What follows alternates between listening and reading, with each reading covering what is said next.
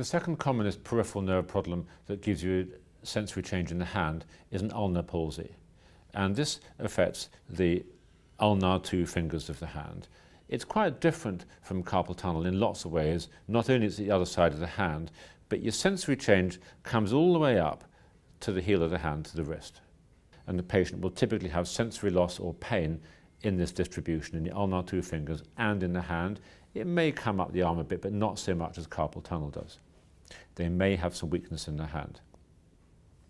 The physical signs that you're going to look for is sensory change, not very sharp, not very sharp, not very sharp, not very sharp, arrow properly sharp when you get past the wrist.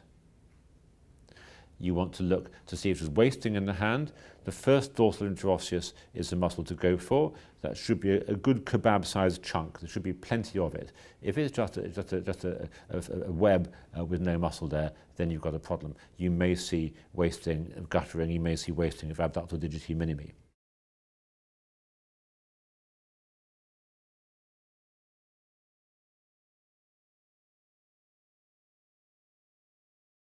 Now, the difficulty with the ulnar palsy is if you're going to have weakness in the hand and sensory change here, how can you distinguish that from a T1 root lesion?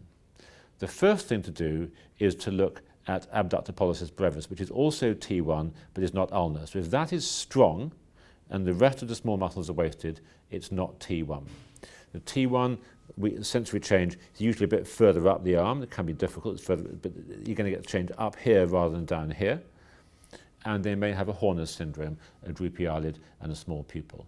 Worth looking for that in anyone with a funny hand.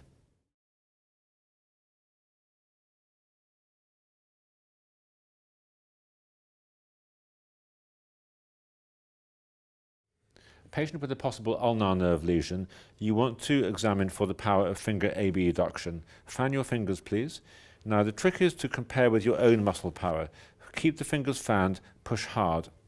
I can't overcome that. On the other hand, keep them apart hard. If you give yourself too much mechanical advantage, it's too easy to overcome.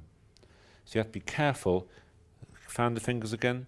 Compare with yourself at the same level in the hand.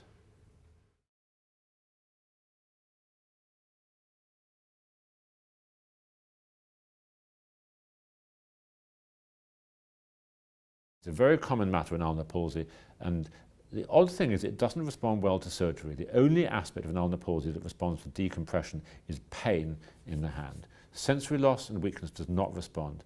Almost inevitably, the patient will get better when they stop leaning on their elbow. Simple treatment.